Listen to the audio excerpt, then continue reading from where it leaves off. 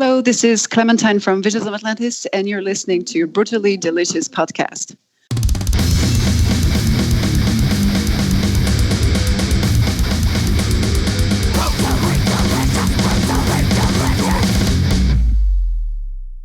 Hey, you are listening to the Brutally Delicious podcast. I'm Bruce. My name is Kris.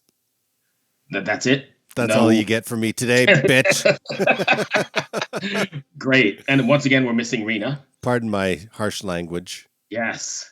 But today we're going to be speaking with Visions of Atlantis, a really popular, really good symphonic metal band from, where'd you say, Austria? I didn't see that. Austria. I've seen them a few times on 70,000 Tons of Metal, and they put on a really good show.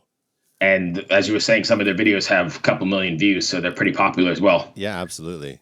Well, let's go ahead and grab Clementine, and we'll go ahead and see what she's got to say. All right. I'm Bruce. That's my partner, Kris. How are you doing? Hi, good. I'm good. How are you guys? Good. Thanks for taking the time. I appreciate it. Where are you? Are you over in Austria right now? No, I live in France. Oh, you're in France.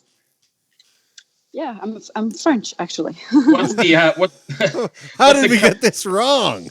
I don't know. I'm gonna blame Kris. He's my researcher. No, I was. All right. I was reading about it. The band is from Austria, though. So okay. You know. So he's not totally wrong. He's not totally wrong. No. And you're not the only one who obviously didn't get that part, so no problem. I got to get a better researcher for sure. Jeez. For sure, yeah. You can blame me. So, just before we get to the band, what's life like in France right now? Oh my God, it's a little bit chaotic because of all the measures that are up and running against the spread of the corona. You know, like for 1 month now, we have to be home at 9 p.m. in the big cities. Like I live in Lyon, and nightlife is, they don't want us to have any nightlife anymore because they consider that this is where people get contaminated the most. So yeah, it's like you go to work, you go home. That's it. Yeah. Wow. But otherwise, you know, it's okay. It's we have to deal with it to look at the bright side, make the best out of the time we have, and look and hope for a brighter future. Yeah, I mean the whole world's going through it, so it's it's been a shock to the system of every single person in the world. Yeah, totally. Yeah. What's it like trying to put out like your new DVD and music? What's it like trying to do all that stuff in this current situation? It's completely different than normal, right? It's like upside down. Well, to be very honest, the release of a new material always feels kind of abstract because it's not like we go anywhere to release the stuff. It goes suddenly in the shops. Everyone can get it like on the platforms and so on. So, you know, promoting that DVD compared to promoting a record when it doesn't come to the touring feels pretty much the same. However, it's a fortunate coincidence, I would say, that we get to release a live album right in the middle of a period of time where shows are impossible. So it feels like we can give our fans something to wait. Yeah, you know, when they're waiting for shows to be possible again, they can watch our DVD and try very hard to believe they're in the venue. So we feel pretty lucky that we have this release in these days, which was not planned at all. Like we didn't plan the DVD because we knew there was this crisis coming, you know. But yeah, it feels nice to have something going on as a band, you know, because all our tours have been postponed. We have no idea if the tours that are scheduled for next year will ever take place. So we have this for now, and it feels good. Was this a planned thing? Like, had you been recording to do this, or was this just something you decided to put together after the quarantine? The DVD? Yeah. Oh, the DVD was we recorded the show back in summer last year. Oh wow! Gotcha. The show was recorded at Bang Your Head. It's a festival in Germany, and so it was summer 2019. It was even before the release of our latest album, Wonders. And you know, it was when we had the possibility to suddenly make a show with an orchestra. We said, hey, we have to record this at least for us, and if it's good enough, then maybe we can make a DVD out of that. And that's what happened. Like we were very happy with how it was like captured video wise, and we decided to make a DVD out of that. But that was planned way before the crisis itself. Gotcha. Nice. Kris? So I'm somewhat new to the metal world. I wouldn't call myself a newbie anymore since we've been doing the podcast for a year. Nice.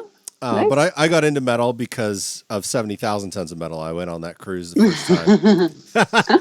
I love that laugh. Sorry. That's the first time I saw your band play was on 70,000 Tons of Metal. So you thought that cruise was just a regular cruise, and then you realized too late it was a metal thing. No, different. I wish. My friend Andy's a good friend of mine.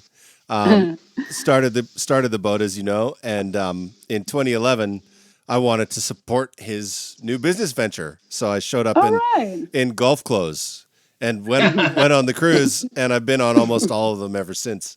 I've missed a few, obviously, when the wife says no, but I usually go, and that was the first time I saw you. I think I saw you in the theater the first time. Yeah. Back to 2016 or something like this. Yeah. What was it like playing on a cruise ship like that the first time? It's a crazy idea for to ever believe that you're gonna like have a festival on a boat like that. It feels kind of unreal and super exciting, and it feels like holidays yet festival / just eating and drinking the whole day and meeting with people you haven't met in years, because you go on tour with a band, you get along, and then suddenly life parts you, make you part again, and you never know when you see these people. So it feels like a huge family reunion at the same time. And I mean, for me, the most amazing experience was when we played the pool deck 2 years afterwards, because as a band that has so many themes that are related to the ocean, playing on a pool deck and actually seeing the ocean, being on the ocean, it's insane how surreal it feels, but it's very nice memories. It's very unique, a very unique experience. I saw that show too. And the pool deck stage, I mean, let's get serious. The thing's like arena size. It's huge.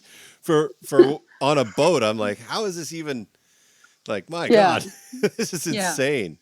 Yeah, but it's so much fun for for the bands and the people coming. You can really tell, like, some people, they just save every year to be able to do that. And yes, it's an amazing thing.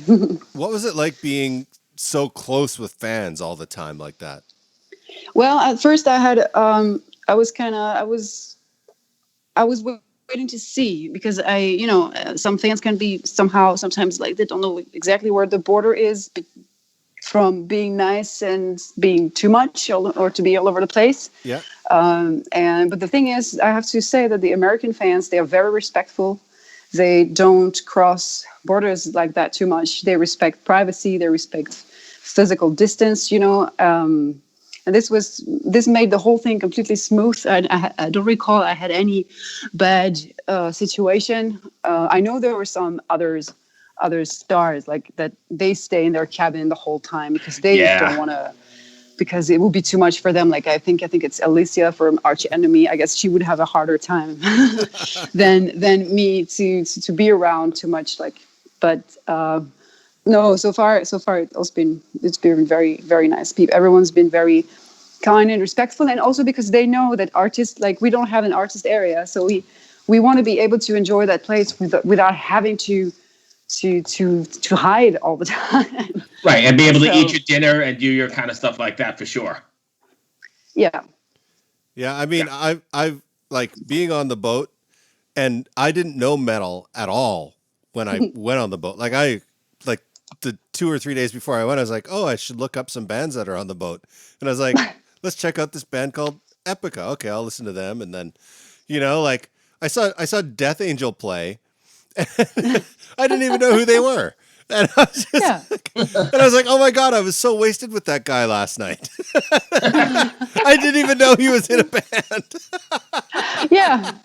But that's the cool part. It's like we musicians can blend in, and we can feel like we're having a normal life, a normal time, and we don't have to just stop and take pictures and sign autograph every 5 minutes. I mean, we do, but there is a nice friendly atmosphere on the cruise itself. How do you think it compares really to playing like like a festival. I'm just trying to keep things upbeat here because the world's crazy.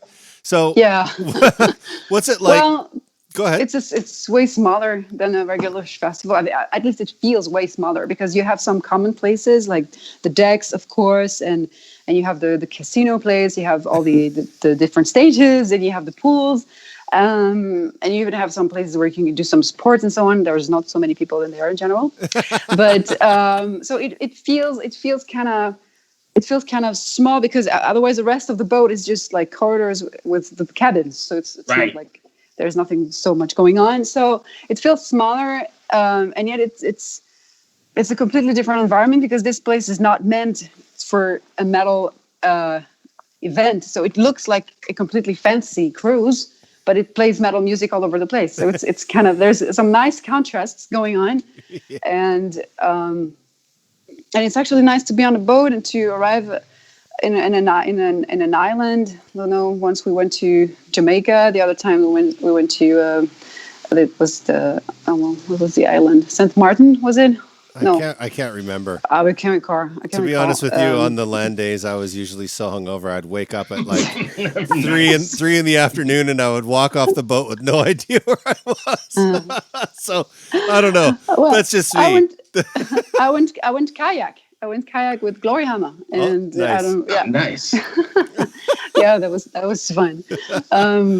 So yeah, it feels more like it's a smaller festival. Like it's like 3,000 people, like compared to Wacken or any other place where it's just crowded. It's way smaller. It feels way more intimate, and you can meet people several times. You know, like other bands, and yeah, it's very nice. It feels like a little holiday. Nice. Yeah. So go ahead, Bruce. No, go ahead. I was just going to say, with the DVD that's coming out now, where was this DVD shot? It was shot at Bang Your Head Festival in Germany. Okay. And like shooting a show like that at a festival has to be somewhat kind of, how do I say this, like a huge job, right? Like you have cameras and you have sound and you have all this stuff to deal with. Yeah. Like, live sound, and then you have to deal with splitting microphones so you can actually record it properly. And there's all kinds of things that come about with that. How did you guys kind of look at taking that challenge on? Well, it was only made possible because the festival gave us enough time at soundcheck to like make sure that we could go through every channel, making sure the orchestra was well balanced in the mix, making sure the camera guys could set up their gear without having too many people around. So we actually got to soundcheck on a festival, which generally never happens when you're not a headliner. Right. And so yeah, I think Bang Your Head was really into having this happening. I think they really liked the project itself. So they gave us space and time to do that. That was actually the main. It was without this, it wouldn't have been possible. You can't set a show with like over 30 people on stage and with the same time as you would give to a regular band. It's not possible. So absolutely. So now, did you guys take care of the logistics? Because obviously this is like months of planning to put this together. Did you take care of the logistics yourself, or did your management company take care of it, or record label? Well, our record label and our management company is within the band, so there you go. So yeah, we handle that ourselves, and with like technical assistance from the festival itself. And then I think everyone was very autonomous, like the camera company, the orchestra itself. Like everyone was very much knew exactly what they had to do, and it was not so much of a huge brainer to put things together. Great. So I know I told Natalie I would keep it to 20 minutes, so we're running up on time here. But if fans want to find Visions of Atlantis, you guys are pretty active social media-wise? Oh, yeah. We're all over the main social medias, let's say Instagram, Facebook. That's where we're the most active. And if you check Napalm Records socials as well, you get other things. You'll get the notification when the DVD is out. I mean, from us as well. So yeah, we're that's there. out October 30th? Yes, it is. You're about a week and a half away. That's pretty exciting. Yeah, totally.